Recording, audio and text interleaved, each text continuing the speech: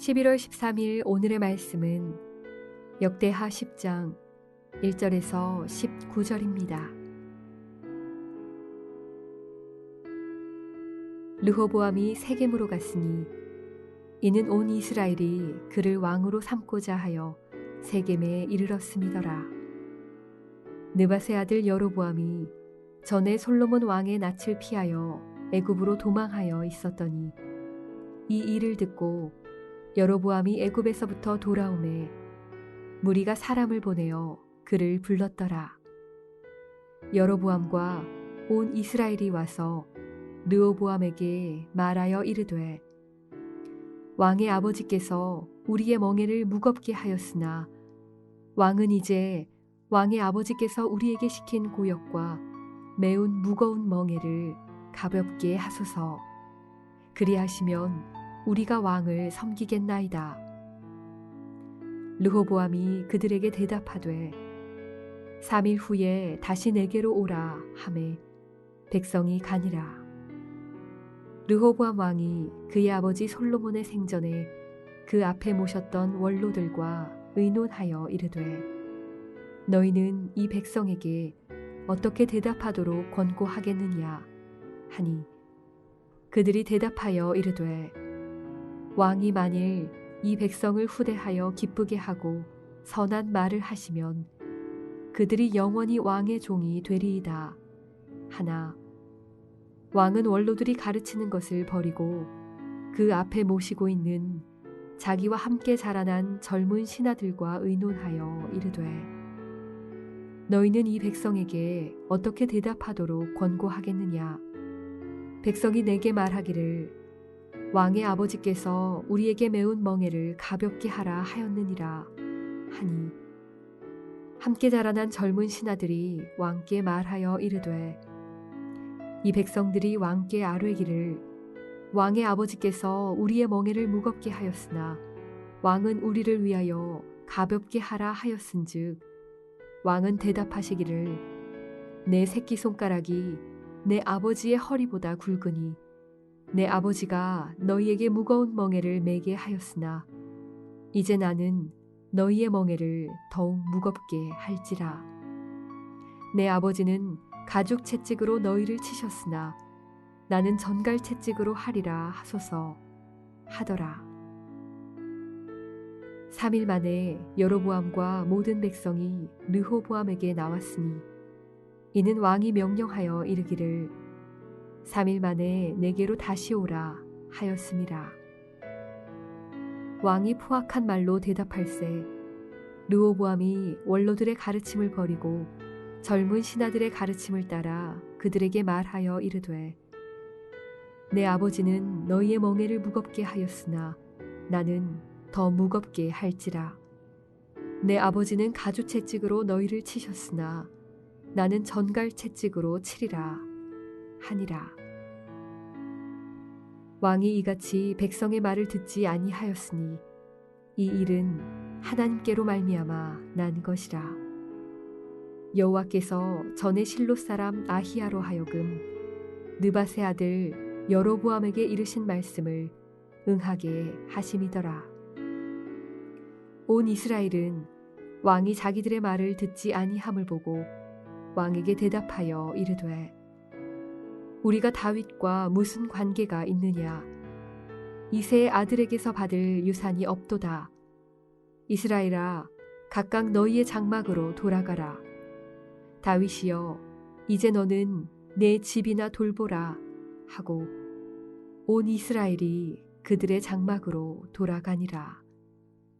그러나 유다 성읍들에 사는 이스라엘 자손들에게는 르호보암이 그들의 왕이 되었더라. 르호보암 왕이 역군의 감독 하도람을 보냈더니 이스라엘 자손이 저를 돌로 쳐 죽인지라. 르호보암 왕이 급히 수레에 올라 예루살렘으로 도망하였더라. 이에 이스라엘이 다윗의 집을 배반하여 오늘날까지 이르니라.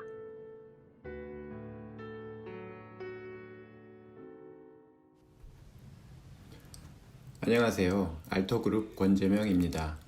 오늘 본문에서 르호보암은 무거운 멍에를 호소하는 북쪽 지파들의 민심을 읽지 못하고 원로들의 지혜로운 조언에 귀를 기울이지 않습니다. 그리고 그러한 행동은 결국 나라가 분열되는 결과로 이어지고 맙니다. 오늘 본문을 읽으면서 저는 르호보암의 행동의 이유는 무엇일까? 그리고 저에게 하나님이 주시는 교훈은 무엇일까? 묵상해 보았습니다. 우선 르호보암의 행동의 이유는 무엇일까요? 성경은 그의 성장 배경이나 성격, 결정의 과정 등을 자세히 설명하지는 않습니다. 우리가 단지 알게 되는 것은 그가 백성의 심각한 불만을 듣고서 원로들과 젊은 신하들의 의견을 들은 후 내 새끼손가락이 내 아버지의 허리보다 굵으니 라는 엄청 유치하게 들리는 허세를 시전하고 내 아버지는 가죽 채찍으로 너희를 치셨으나 나는 한층 업그레이드된 전갈표 채찍으로 치리라 라는 유치하고 잔인한 응답을 했다는 것 정도입니다. 타인의 실수를 볼 때 흔히 그렇듯이 저는 처음에는 르호보암 어떻게 그렇게 어리석은 결정을 내릴 수 있을까 쯧쯧쯧 생각하고 한편으로는 나라면 저렇게 어리석은 일은 하지 않을 텐데 라는 생각을 했었습니다. 하지만 정말 그것이 전부일까요? 오늘 본문을 시간을 들여서 묵상해 보면서 저는 르호보암의 행동의 이유를 몇 가지로 찾아보았습니다. 첫째, 르호보암은 어려서부터 미성숙한 사람들, 자신에게 아부하는 젊은이들과 어울렸던 듯 합니다. 다윗과 요나단의 교제처럼 서로를 참으로 걱정하고 위하는 진실한 관계라기보다는 서로에게 듣기 좋은 이야기만 해주는 이익 위주의 관계였던 것 같습니다. 둘째, 아버지와 자신을 비교하는 허세에서 드러나듯 르호보암은 깊은 열등감이 있었던 듯 합니다. 셋째, 백성의 고통에 잔인한 말로 화답하는 모습을 보면 르호보암은 감정이입 능력, 자신이 아닌 백성과 타인을 배려하는 생각이 부족한 사이코패스 성향이 있었던 것 같습니다. 마지막으로 넷째, 아마도 자신의 권위에 도전하는 백성에게 굽히는 것은 르호보암뿐 아니라 누구에게도 쉽지 않은 일인 것 같습니다. 좋은 이야기를 들어도 마음이 항상 좋지 않은데 내 이익과 성공과 기득권이 위협받는 앞에서 스스로를 굽히는 것은 누구에게나 어려운 일일 것입니다. 이처럼 르호보암의 입장을 묵상하다 보면 저 자신이 르호보암의 자리에서 멀지 않음을 알게 됩니다. 첫째로 내가 교회에서, 회사에서, 가정에서 참으로 주님이 주신 진실한 마음으로 주변 사람을 걱정하고 위하는 관계를 맺어왔는지 생각을 해보면 참으로 부끄럽습니다. 둘째로 저 자신도 열등감과 그 다른 면인 교만함 사이를 왔다 갔다 하며 무의식적으로 유치한 허세를 부릴 때가 많음을 기억하게 되었습니다. 상대방의 부러움과 존경을 유발하면 기뻐하고 내 자신이 그러한 관심의 중심에서 벗어나고 뒤처지는 것 같으면 불행해하는 그러한 유치한 감정의 롤러코스터를 경험한 것들을 생각하면 하나님 앞에 얼굴이 뜨거워집니다. 셋째, 세상 사람들뿐 아니라 나와 가까운 사람들에 대해서도 그들의 불행과 어려움에 저 또한 얼마든지 공감 능력 결여로 냉담과 무심한 마음을 너무도 쉽게 가지게 됨을 고백합니다. 제 자신이 배가 고프거나 혈당이 떨어져 있을 때가 특히 그 증상이 심한데요. 나중에 기억하면 내가 정말 사이코패스인가 라는 그러한 자괴감과 함께 미안한 마음이 들 때가 많습니다. 넷째로 자신의 권위와 이익이 위협받는다고 생각하면 마음속에 불안과 공포 속에 세상이 끝난 것 같은 과장된 불행과 공포를 경험하고 자기 연민에 빠지거나 적대적으로 주위에 대하는 그러한 옹졸한 모습, 소인배적 모습이 많음을 또한 깨닫고 인정하게 되었습니다. 이러한 면을 생각해 볼 때 저는 참으로 주위 사람들의 용납 안에서 하나님의 은혜로 하루하루를 살아가는 그러한 자라는 것을 기억하고 깨닫게 됩니다. 르호보암의 자기중심적인 모습은 왕국의 분열로 이어졌습니다. 저의 자기중심적인 모습은 저 자신의 분열, 교회, 회사, 가족 안의 관계성의 분열로 이어지는 경우가 많은 것에 깊이 회개하게 됩니다. 그러나 하나님은 저희가 돌이킬 길을 항상 열어주시고 저희를 부르십니다. 매일 성경 본문에서 르호보암은 오늘의 본문 말씀과는 사뭇 다른 모습을 보여줍니다. 정병 18만 명을 선발해서 왕국을 다시 되찾으려 진격하나 하나님의 사람 스마야를 통해 돌이키라는 말을 듣게 됩니다.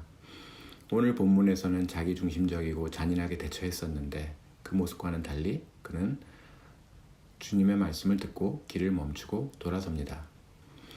하나님은 저에게도 이처럼 매일매일 자기중심적으로 냉담하고 잔인하게 지내지 말라, 사망의 길에서 돌이키라, 겸손하고 온유한 나의 멍에를 메고 십자가를 지고 자신이 아닌 타인을 위해 살라고 말씀하십니다. 저 스스로 이러한 말씀을 듣고 돌이키는 회개한 르호보암이 되길 기도하고 여러분도 그러한 회개가 주는 죄로부터의 자유함과 유쾌함을 경험하시길 간구드립니다. 기도하시겠습니다. 하나님, 르호보암의 모습을 통해 진실되게 서로를 위하는 관계를 맺지 못하고 열등감과 우월감에 롤러코스터에 시달리며 타인의 고통과 불행에 냉담하며 자신의 이익이 위협받을 때 사납고 잔인하게 반응하는 저 자신 내면의 르호보암을 볼 수 있게 해주셔서 감사드립니다. 나만 생각하지 않고 하나님과 다른 사람을 귀히 여기는 선택을 하길 원합니다. 편하지만 사망으로 이르는 넓은 길에서 돌이켜서 불편하지만 생명으로 이끄는 좁은 길을 걷기 원합니다. 저희를 일깨워 주시고 인도해 주세요. 이 모든 것 살아계신 우리 주 예수 그리스도 이름으로 기도드렸사옵나이다. 아멘.